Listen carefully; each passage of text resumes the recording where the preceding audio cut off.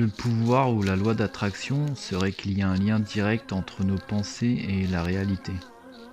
Par exemple, adopter une pensée positive qui viendrait se matérialiser. Si ça serait si simple, je pense qu'il est indéniable de dire que chaque être humain sur cette terre rêve, espère, souhaite des choses dans son existence depuis son plus jeune âge.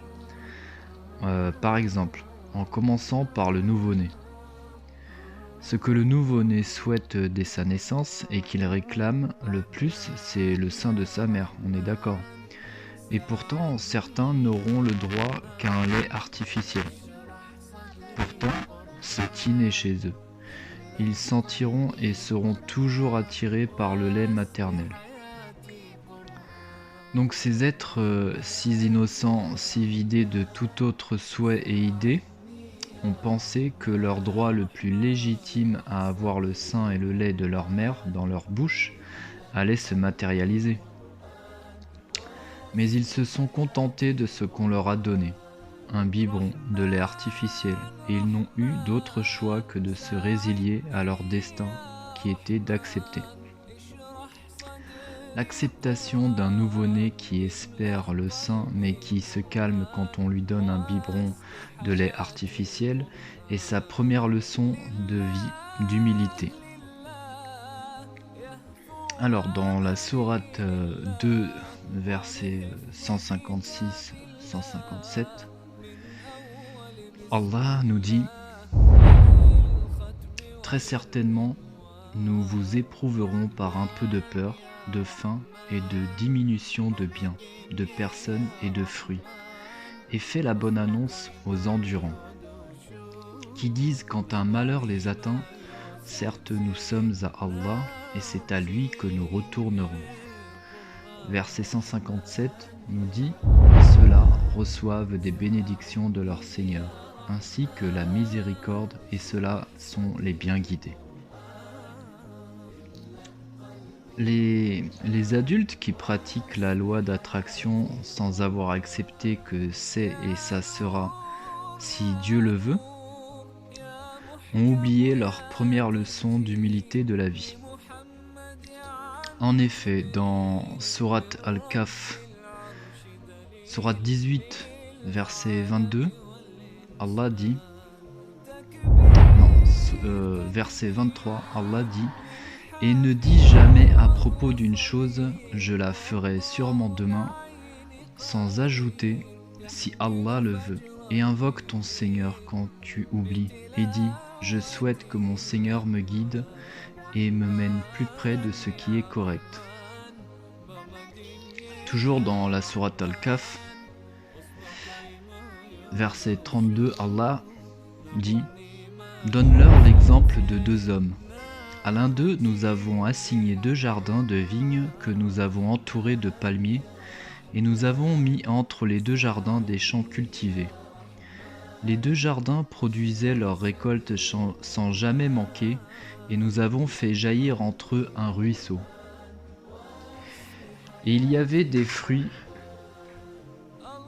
et il avait des fruits, et il dit alors à son compagnon avec qui il conversait, « Je possède plus de biens que toi, et je suis plus puissant que toi grâce à mon clan. » Il entra dans son jardin coupable envers lui-même par sa mécréance. Il dit « Je ne pense pas que ceci puisse jamais périr. Et je ne pense pas que l'heure viendra. Et si on me ramène vers mon Seigneur, je trouverai certes meilleur lieu de retour que ce jardin. » Son compagnon lui dit, tout en conversant avec lui, « Serais-tu mécréant envers celui qui t'a créé de terre puis de sperme et enfin t'a façonné en homme ? Quant à moi, c'est Allah qui est mon Seigneur, et je n'associe personne à mon Seigneur. En entrant dans ton jardin, que ne dis-tu ? Telle est la volonté et la grâce d'Allah. Il n'y a de puissance que par Allah. Si tu me vois moins pourvu que toi en bien et en enfants, il se peut que mon Seigneur bientôt me donne quelque chose de meilleur que ton jardin, qu'il envoie sur ce dernier du ciel quelque calamité et que son sol devienne glissant, ou que son eau tarisse de sorte que tu ne puisses plus la retrouver. Et sa récolte fut détruite, Et il se mit alors à se tordre les deux mains à cause de ce qu'il y avait dépensé, cependant que ses treilles étaient complètement ravagées. Et il disait que je souhaite n'avoir associé personne à mon Seigneur. Ce jardinier, il pensait que son jardin, il pouvait résister par sa seule volonté de croire qu'il n'allait jamais rien arriver à son jardin. Mais au final, il s'est passé ce qui s'est passé. Donc ce jardinier avait beau souhaiter le bien pour son jardin, ça n'est arrivé que du malheur. D'où l'importance de croire que c'est à Allah qu'on doit s'en remettre. Et non pas à nos espérances, à nos espoirs et à nos émotions, de croire que si on croit fortement à quelque chose positivement, il se passera que du bien. La subsistance et la prédétermination de chaque être humain est écrite à l'avance par le Créateur. Et il faut espérer et faire les causes, mais c'est Allah seul qui a le pouvoir de choisir entre ce que tu auras et ce que tu n'auras pas. Tu n'as aucun pouvoir sur toi-même. Tu dois faire preuve d'humilité et accepter que tu n'as pas le pouvoir divin. Dans Sourate 28, le récit, verset 67, Allah dit « Mais celui qui se sera repenti, qui aura cru et fait le bien, il se peut qu'il soit parmi ceux qui réussissent. Ton Seigneur crée ce qu'il veut, et il choisit. Il ne leur a jamais appartenu de choisir. Gloire à Allah, ils transcendent ce qu'ils associent à lui. Ton Seigneur sait ce que cache leur poitrine et ce qu'ils divulguent. » Sachez que seul Allah subsiste par lui-même. Il est le seul à donner la subsistance à ses créatures, et sachez que lui, il n'a besoin de personne. Vous ne pouvez pas prétendre, penser à quelque chose de très fort pour que cela arrive. Cela arrivera que si Allah le veut. Allah, dans Sourate la Vache, Sourate 2, verset 255, nous dit « Allah, point de divinité à part lui, le vivant, celui qui subsiste par lui-même, Al-Qayyum, ni somnolence ni sommeil ne le saisissent. À lui appartient tout ce qui est dans les cieux et sur la terre. Qui peut intercéder auprès de lui sans sa permission? Il connaît leur passé et leur futur, et de sa science, il n'embrasse que ce qu'il veut. Son trône, Kursi, déborde les cieux et la terre, dont la garde ne lui coûte aucune peine, et il est le Très-Haut, le Très-Grand. Sache que tu n'es pas un Dieu, tu es soumis à la volonté divine, et c'est lui qui donne, non pas parce que tu l'as souhaité, mais parce qu'il sait, et tu ne sais pas. Tu ne sais pas ce qui est bon ou mauvais pour toi. Et sache que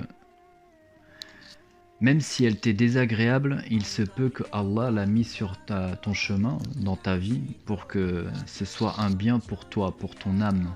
Car le but, c'est notre âme. Souvent dans la vie, il y a des combats, des décisions qu'on doit prendre, qui ne sont pas agréables, mais qu'il faut quand même les prendre. Il ne suffit pas de faire ce qu'on désire dans la vie. Et Allah, dans le Coran, toujours dans la sourate La Vache, sourate 2, verset 216, nous dit « Le combat vous a été prescrit alors qu'il vous est désagréable. Or, il se peut que vous ayez de l'aversion pour une chose alors qu'elle vous est un bien. Il se peut que vous aimiez une chose alors qu'elle vous est mauvaise. C'est Allah qui sait alors que vous ne savez pas. » En conclusion, croire à une force autre qu'Allah capable de concrétiser nos rêves selon nos envies et de l'association, c'est incohérent avec le monothéisme pur. Prétendre connaître à l'avance l'issue d'une action relève aussi de l'association. Un musulman doit agir, il avance avec les causes, mais seul Allah connaît leur issue à l'avance. La loi d'attraction requiert une foi inébranlable en elle, ainsi qu'en nos rêves. La foi en Allah est secondaire, voire exclue. Donc, c'est pas selon la foi d'un musulman, il faut que ce soit Dieu qui soit notre espoir, avant tout. Il faut faire les causes, mais c'est ensuite Allah qui tranchera. L'exagération dans l'estime de soi et dans l'appréciation du pouvoir personnel sur sa propre vie et sur l'univers contredit l'humilité, qualité indispensable du croyant. L'humilité, il faut être humble et il faut être soumis à Allah. Elle stipule que par la pensée, l'on est capable d'influer sur notre vie et notre monde. C'est se donner un pouvoir presque divin qui n'a pas besoin de l'agrément d'Allah et qui est au-dessus de l'environnement et des déterminations sociaux. Pour atteindre un objectif, le musulman, il doit agir activement, plus avoir en confiance en Allah. Le croyant sait que son bien n'est pas forcément ce qu'il avait visualisé de manière précise. Allah accorde le bien où qu'il soit. Il peut être différent de ce qui avait été imaginé. Si l'objet de la demande du croyant est un bien, Allah lui accorde avec ou sans délai. Sinon, il l'en éloigne ou lui accorde ce qui est meilleur. Voilà ce que j'en pense sur la loi d'attraction en tant que croyant musulman. C'est une illusion. Tu peux penser désirer quelque chose de très fort tous les jours, c'est pas pour autant qu'elle se réalisera. Et les gourous de cette pensée te diront que c'est parce que tu n'y as pas assez pensé ou pas assez cru, mais tu peux croire très fortement à quelque chose tout le long de ta vie, c'est pas pour autant qu'elle se réalisera. En tant que croyant musulman, elle se réalisera que si Allah le veut. Allahu Akbar. Salam alaikum.